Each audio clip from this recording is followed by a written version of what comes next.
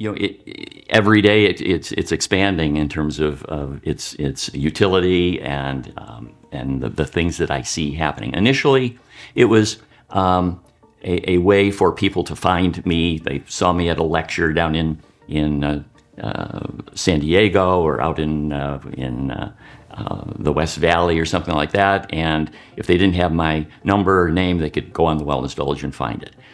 As the village began to build, it became a resource not only for the constituents, but for me, where I have a client come in and first of all, they're able to locate me on the village and they kind of see what I do.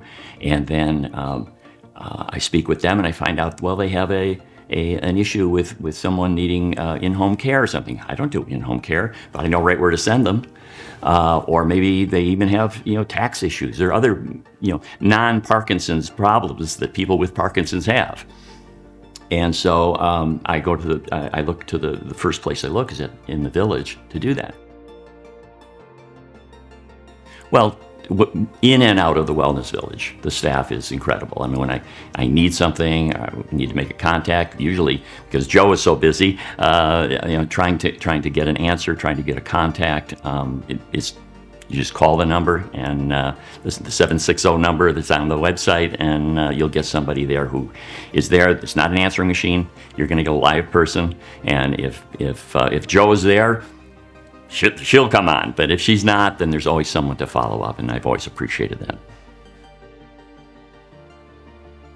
Talking about what we would want for the village, we were concerned about the quality of the resources that were going to be put on the village, and we were concerned about just anyone coming in and saying, hey, I would like to be a member of the Wellness Village, put my name on there, put my URL up there so that people can find me, because we did not want to have a constituent be unhappy with the services that they find. And obviously we can't guarantee again, I'm sorry, I keep adopting the pro we. I have been on the board for a long time.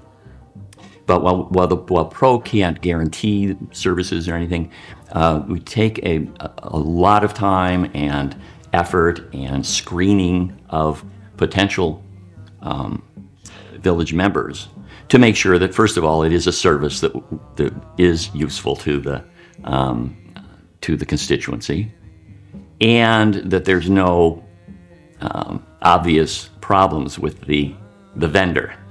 We don't see people with lawsuits against them, bad publicity, things like that. Try to keep the quality of the village membership at the highest level possible. Pro was forced to go to a Zoom platform, and now it's enabled the meetings to expand to cover people who can't get out of the house because they're physically not able, or because they can't leave their Parkinsonian. I can't tell how many support group meetings that in the past we would hold. 10 people would sign up, but only 6 people would show up because the other 4 had a problem at home and they just couldn't get away, or they couldn't get a caregiver to take up for them to care for their Parkinsonian so they can make the meeting. Now, they just go in the other room and they turn on their computer and they attend the support group meeting. And they don't have to be in Southern California, and many of them are not. There are people on the East Coast and people internationally now. All you have to know is what's the Zoom link. Well, it would be a hug first. A thank you for getting me involved, keeping me involved. I've been inspired, and something like Parkinson's or any of the Alzheimer's, any of the diseases which we know are progressive.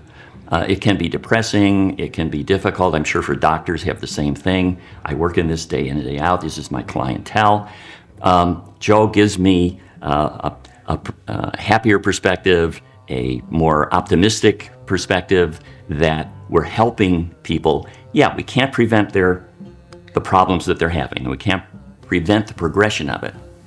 But we find ways of helping them on the journey and maybe giving them a better outcome ultimately.